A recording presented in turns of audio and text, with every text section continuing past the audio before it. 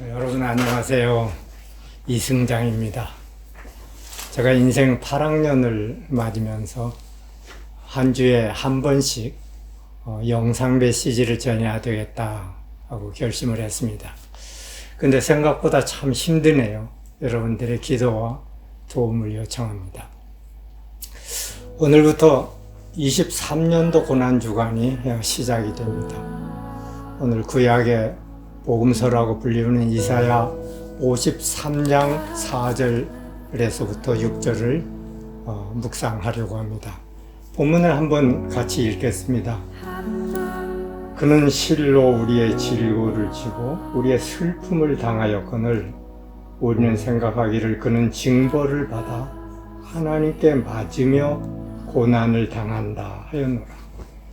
그가 찔림은 우리의 허물 때문이요 그가 상함은 우리의 죄악 때문이라. 그가 징계를 받음으로 우리는 평화를 누리고 그가 채찍에 맞음으로 우리는 나음을 받았도다. 우리는 다 양 같아서 그릇 행하여 각기 제 길로 갔거늘 여호와께서는 우리 모두의 죄악을 그에게 담당시키셨도다. 여기에서 그는 누구를 가리킬까요? 본문을 읽어보면 예수님 십자가 밑에서 기록한 르포 기사 같은 느낌이 듭니다. 표현이 생생하고 의미가 깊습니다. 고난주간에 이 말씀을 암송할 수 있으면 참 좋겠습니다. 오늘은 이 말씀 가운데서 세 가지 주제를 집중해서 생각해 보려고 합니다. 저는 죄 문제를 마주해 봐야 하겠습니다. 싫지만 마주해 보려고 합니다. 다음은 종의 고난을 통해서 우리가 어떤 은혜를 누리게 됐는가, 그 은혜를 새롭게 하는 시간이 되었으면 좋겠습니다. 그리고 우리가 저지른 죄악의 벌을 당신의 외아들에게 담당하게 하신 하나님의 사랑이 얼마나 크고 놀라운가 하는 것을 깨닫는 시간이 되기를 바랍니다. 저와 여러분 그리고 모든 사람은 하나님 앞에서 죄인입니다. 본문에서는 죄의 증상을 여러 가지로 표현하고 있죠. 특히 이사야서 1장에서부터 5장 사이에는 당대의 사회상이 생생하게 드러납니다. 창조주 하나님을 예배하는 대신 바알과 아스타롯, 즉 번영과 섹스의 신을 섬기는 우상 숭배가 극심했습니다. 정치적으로 부패했어요. 어린애 같은 자가 통치하게 되니까 세상이 참 혼란했습니다. 기득권자들은 거짓과 탐욕으로 가난한 자의 얼굴을 맷돌질했습니다. 부동산 투기, 탐욕, 상거래, 부도덕, 사치, 성도덕 문란, 아침부터 술 마시는 이런 쾌락. 이스라엘은 썩어서 문드러지는 사회가 되었던 것입니다. 그래서 예언자 이사야는 백성들에게 외쳤습니다. 하나님의 심판이 지금 다가오고 있다. 하나님을 배반한 민족을 하나님께서 심판하시는데 아수리아나 바벨론 같은 강대국의 침입으로 심판할 것이라고 경고했습니다. 그러면서 5장 마지막 절에 이렇게 말하고 있습니다. 사람이 그 땅을 바라보면 흑암과 고난이 있고 빛은 구름에 가려서 어두우리라. 예언자의 통찰을 가지고서 지금 우리 한국 사회를 보면 여러분들은 어떤 진단을 내리겠습니까? 그리스도인들과 교회가 제일 큰 문제 아닐까요? 교회가 어두운 사회에 빛을 던져주고 있습니까? 썩어가는 사회에 소금 역할을 하고 있는가요? 사회는 서로 경쟁하고 증오하고 분열하라고 부추깁니다. 이런 세상을 거슬러서 교회는 사람들이 서로 사랑해야 된다, 서로 돕고 포용하고 하나 되라고 가르치지 않습니까? 그런데 교회 지도자들이나 기독교인들이 사회의 신뢰를 상실하고 있습니다.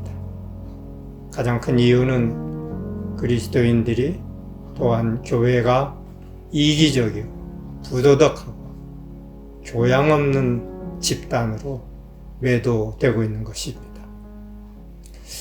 얼마 전에 10여 년 만에 만나는 40대 부부가 찾아왔습니다. 수년간 초대형 교회를 섬겼는데 지난 대선 때 교회 지도자들이 노골적으로 교인들을 정치 세력화하는 모습을 보고서 절망했다고 합니다. 그래서 교회를 떠났는데 수년간 섬길 교회를 찾지 못하고 있다고 하소연하는 것이었습니다. 한때 청년들이 존경에 맞지 않았던 어른들이 나이 들어서 돈이나 섹스, 권력에 타협하면서 무너지는 모습을 우리는 너무 자주 보고 있습니다. 한국교회 현실은 종교개혁 이후에 이렇게 부패한 교회가 있었는가 생각될 만큼 절망 상태입니다. 온 세상은 재난과 경제적인 위기, 탄식과 절망의 신음소리가 이제는 아우성 소리로 변하고 있습니다. 소돔 고모라 시대를 연상시킬 만큼 죄악의 밤이 깊어가고 있어요. 심판과 재앙이 다가오는 말발굽 소리가 들려오는 듯 합니다. 죄는 반드시 요구하는 삭시 있습니다. 사망입니다. 죽음 이후에는 심판이 있습니다. 개인이나 공동체나 모두 이 하나님의 공의로운 심판에서 피할 길이 없습니다. 고난 주간을 앞두고서 저 역시 저 자신을 많이 돌아보고 있습니다. 겉으로 나타나지는 않았지만 마음으로 행한 죄가 얼마나 끔찍한가 고백하지 않을 수 없었습니다. 하나님을 절대적으로 신뢰하고 하나님 증거한다고 그랬는데 제가 마음 깊이 하나님을 불신하거나 의심할 때도 없지 않았던 것 회개했습니다. 남을 쉽게 판단하는 죄, 미워하는 죄, 마음으로 음행하는 죄, 위선을 향한 죄, 나이 들었다고 점점 게을러지고 안위를 사랑하는 죄, 헤아릴 수 없이 많은 시커먼 죄악투성입니다. 죄악이 가득 찬 세상인데 우리 하나님의 자녀들이 과연 하나님 말씀대로 정의롭게 살고 있을까요?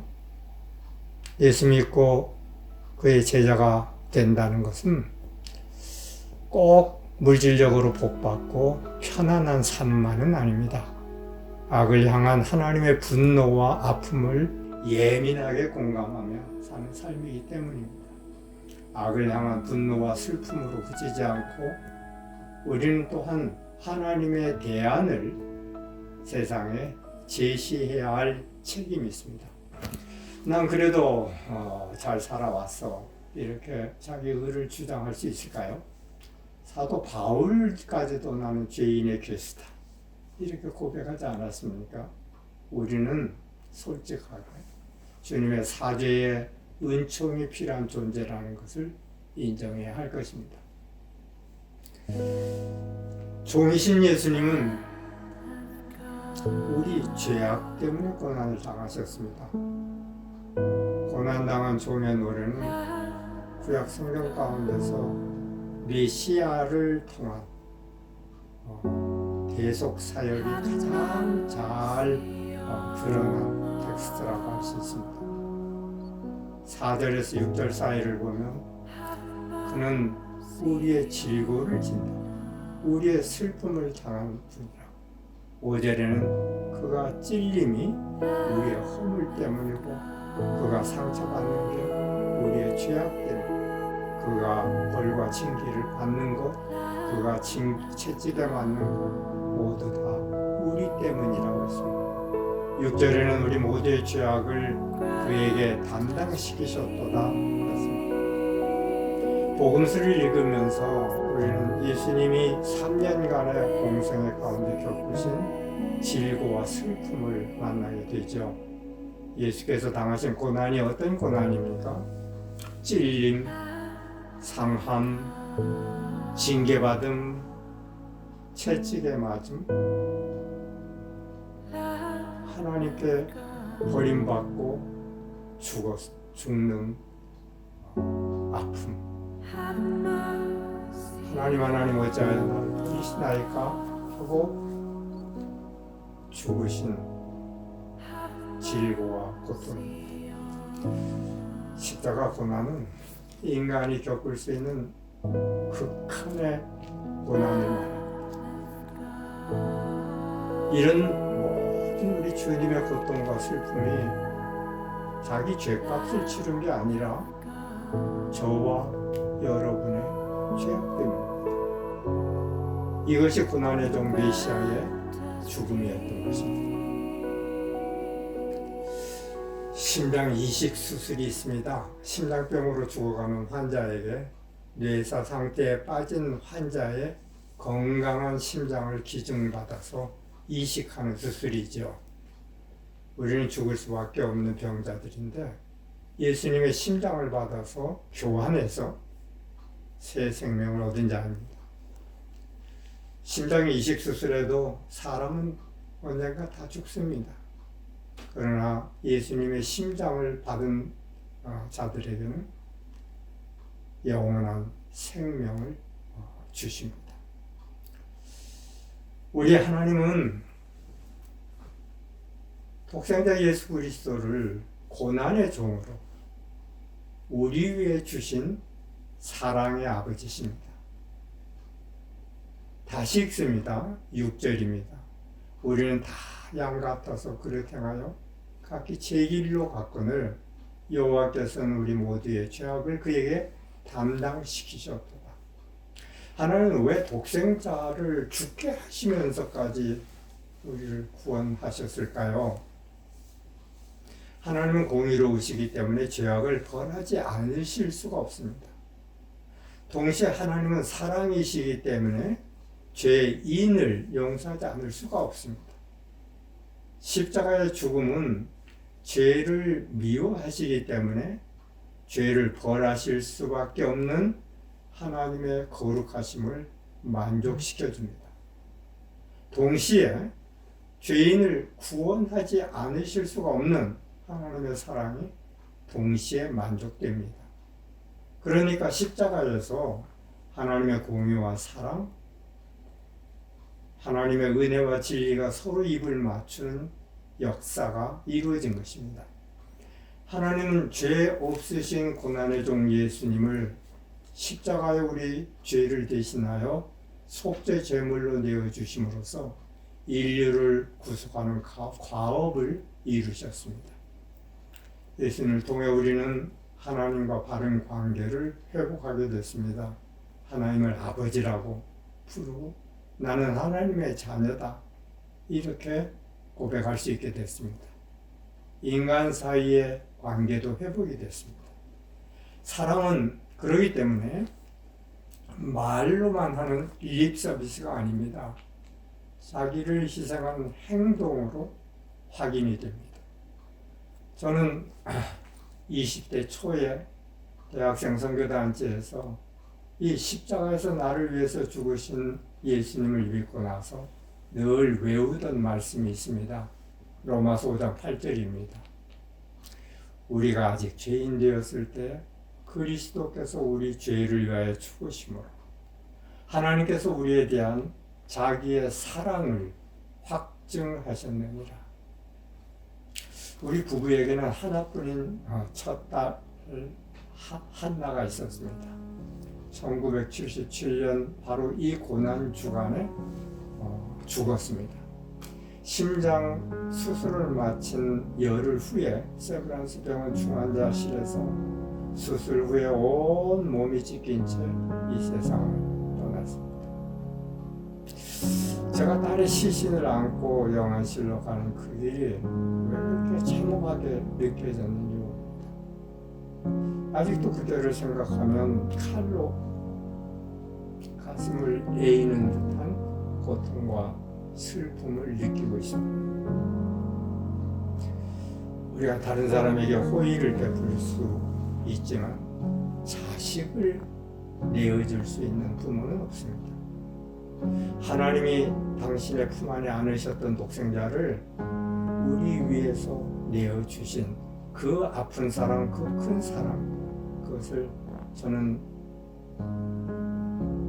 딸의 죽음을 통해서 비로소 깊이 체험하게 됐습니다.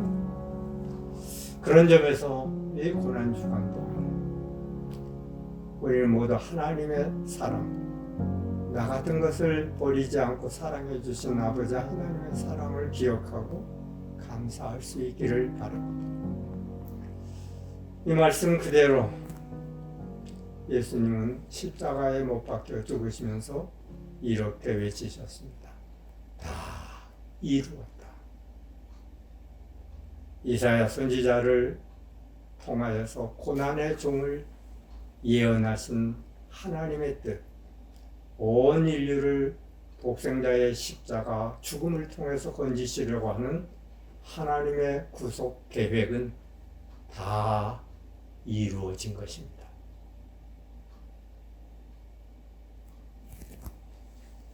기도하겠습니다. 아버지 하나님, 하나님이 이처럼 우리를 사랑하셔서 독생자를 주셨습니다. 우리 죄를 위해 십자가 고난을 감당하신 주님의 고난 주간 맞이하면서 우리가 영적으로 새로워질 수 있기를 바랍니다. 세상은 험하고 우리는 너무나 많이 더러워져 있습니다. 성령을 우리에게 부어주시기를 원합니다. 하나님의 거룩한 사랑을 모두 깨달을 수 있기를 원합니다. 그를 믿고 따르는 자 될 수 있기를 원합니다. 영생을 얻은 하나님의 자녀요 예수의 제자답게 비록 고난이 있더라도 담대하게 시대 악과 싸워서 이길 수 있도록 도와주시기를 빕니다. 예수 그리스도의 이름으로 기도합니다.